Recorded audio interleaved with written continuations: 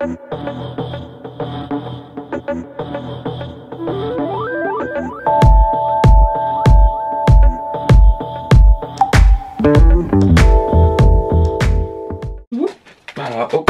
there goes my phone. That's the end of the video.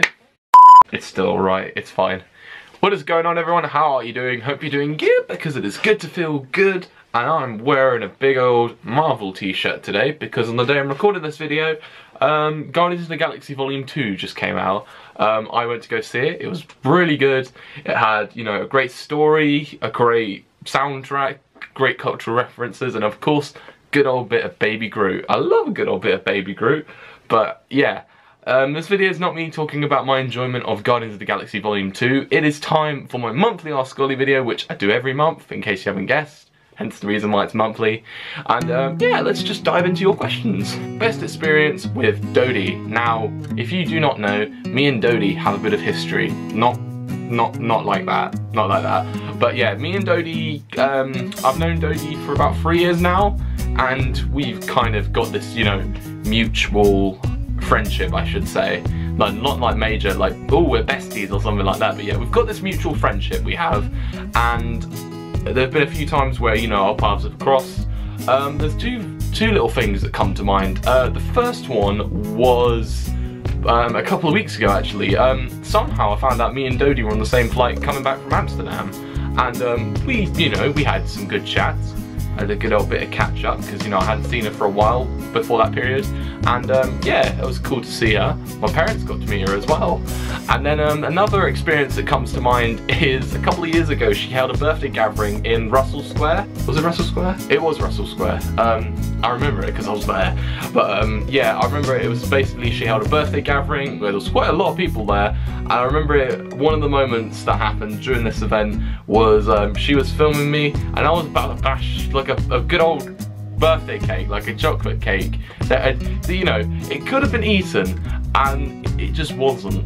Like, I just decided, you know what, I'm just gonna bash it into my face for the vlog, because quality content. And I remember it very well because while she was filming, the camera just stopped filming it, and then, like, even when I bashed it, she didn't catch it on camera. So I was like, she was like, oh no. And I was like, what? What's going on? And she realised, oh, she didn't record it. So she recorded it again, me bashing it. And yeah, that's a cool little thing that I did, because it's, I still don't know why I bashed that cake into my face. If you had a movie based on your life, who would play you? I don't know why, but I'm just getting this genuine vibe, and I think he's a really cool actor. But I, for some reason, would want to see Benedict Cumberbatch playing me, because Benedict Cumberbatch is fun. It's such a fun thing to say. Benedict Cumberbatch, Beneficial Cucumber. Oh, there's going to be so many, what is it, weird ways to say his name. But yeah, Benedict Cumberbatch, I think, you know, he's a great actor. He's done quite a lot. He's done Sherlock. He was in The Imitation Game a couple of years ago, which he got nominated for an Oscar for. And he was Doctor Strange. Well, he is Doctor Strange. Obviously, that movie came out back last year, and I saw that. It was bloody amazing. Love it, as I say, good old Marvel fan. And I actually think, you know, at the moment, he's probably one of the coolest actors. And he's, you know, he's got that, I don't know why, I feel like I relate to him in some kind of way. So maybe Benedict Cumberbatch. What was your favourite childhood TV show? Now, British TV as a kid was some of the best, like, had some of the best shows that would, you know, pop up like every now and then. You had stuff like The Tweenies, Teletubbies, one of my favourites, Pingu. Pingu is just, he's just my all-round favourite, and I just used to love watching Pingu every now and then. And what is it? I remember a couple of years ago, Ed Sheeran and Harry Styles got like a kind of a pact tattoo, as in like a friendship pact tattoo, where Harry Styles had like the word or the name Pingu tattooed on him, and then Ed Sheeran himself had, like, you know, Pingu himself tattooed on him. That was pretty cool. And yeah, Pingu. What's your favourite WWE match of this year so far? One that comes to mind, and it was from the Royal Rumble. It was between AJ Styles and John Cena for the WWE Championship. And last year, they probably had one of the best matches of the year when they had their match at SummerSlam. and it was so good that it just doesn't. It was probably the best match of the, it was the best match of the night, and like there was nothing, you know, it killed the crowd in a good way, kind of like how Undertaker Shawn Michaels killed the crowd at WrestleMania 25. But yeah, this was probably the best match of the night, and who would have thought AJ Styles pinning John Cena clean as a whistle? And then I felt like if they were going to ever top this match, how would they do it?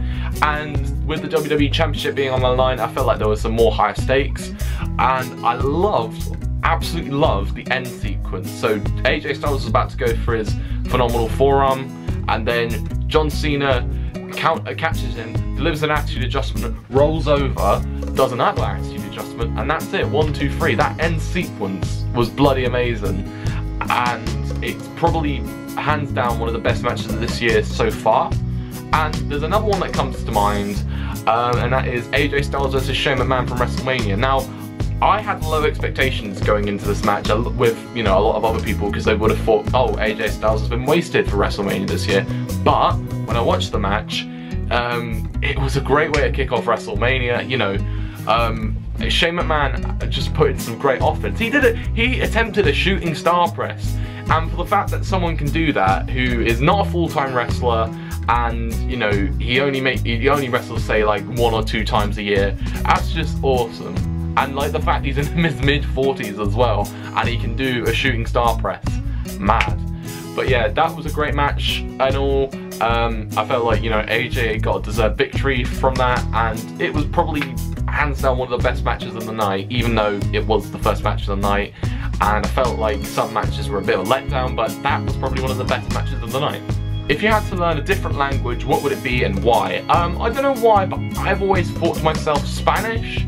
I felt like, you know, if Spanish could, like, I've gone to Spain a lot of times, and like, you know, there's a lot of countries that have Spanish as their official language, and I feel like if I were to learn Spanish, then, you know, I can have conversations with people in Spanish, and, you know, actually, you know, say if I got myself into trouble, I could, you know, converse in Spanish and stuff like that. I felt like, as I say, you know, there's a lot of countries in the world that have Spanish as their official language, and I felt like, you know what, I'm gonna learn Spanish. Okay, why have you not collaborated with Elias Kelly in ages? I promise you, Ellie, we are going to collab sometime soon. Not quite sure when that'll be, but, you know, fingers crossed we can get a collab in soon. If you could pick one WWE wrestler from any era to create a tag team, who would it be and why? I would pick Mick Foley, like Attitude Era Mick Foley. And why? Here's why. But yeah, Mick Foley, because I really, you know, he had 3 different personas. You know, they were very unique in each other. He had Mankind, which was, you know, the deranged psychopath to begin with, and, you know, becomes this beloved fan favourite towards the latter part of his career. And then you've got Cactus Jack, who is this, you know, this hardcore loving dude. You know, he did some major shit, and, you know, he did a lot of extreme stuff. And then you've got Dude Love, who is the awesome funky loving dude. You know, he just loves dancing and stuff like that. But yeah, and to go from one of those personas, I'd probably go with Mankind. So towards the latter part of the Mankind character, I would probably tag team with him. Like, you know, he's just become this big, you know, at this point he would have become big success, you know, this underdog champion, and, you know, I felt like a great connection could be made. I know there is the Rock and Sock connection that happened during that time as well, but you know what, why not me? The Ollie and Mick Foley, no, we need to think of a tag team, but yeah, Mick Foley. Why haven't you been to Manchester yet? You know, asking for a friend. I just haven't, I've said time and time again, I want to go to a few places in the UK, but just never got around to doing it. Just, you know, it's just, it needs to happen. I say it needs to happen, I need to make it happen and get through these places. Other than LA for VidCon, do you have any other holidays planned this summer or throughout the rest of the year? Unfortunately, at the moment, I'm going to say no. I think my sole focus, like, going forward these next few months is going to be my LA trip and, you know, going to VidCon and beyond. And just, there's just so much focus going into that, like, that I don't really have any other time just, you know, focus on other trips. But at this point in time, there's just nothing for me at the moment. That's just gonna be completely honest. But yeah, just excited. I'm really excited. I'm really excited for that trip. But as I say, nothing really major planned throughout the rest of the year. I was thinking about going somewhere for my 21st birthday, but I don't think, like, here's what I said to myself. I really wanted to go to New York for my 21st birthday, but I just don't think that will happen. And what is it next year? I'm most likely going to WrestleMania and, you know, having a bloody great time there. So yeah, there's that to think about, like, after I get back from this trip. Maybe coming to think of that, I probably won't, you know, put my main focus on WrestleMania until later this year. Like, I love the idea of going to WrestleMania, but at the moment it's not my main focus. LA and VidCon is my main focus. But yeah, as I say, going forward, I've got no other plans at the moment. Maybe we can sneak in a little trip or something somewhere, but, you know, at the moment there's nothing else planned. As much as I would love to have things planned, there's just nothing else planned. And that's where we'll leave that. Anywho, that is the end of Ask Ollie. How many Ask Ollies have I done now? I feel like we've done so bloody many that I've actually genuinely lost count on how many we've done. So let's see how many Ask Ollies we've now done as of this point. This is the 38th Ask Ollie. That's mad. So if you ever do, and I always push for it, always push saying, if you want to ask me questions for future Ask Ollies, then go ahead any way you want to on any of my social medias, and, you know, we can get something in there. But as I say, thank you very much for watching. I shall see you soon. Of course you will. Thank you very much for watching, and like, comment, subscribe, and share love. See ya.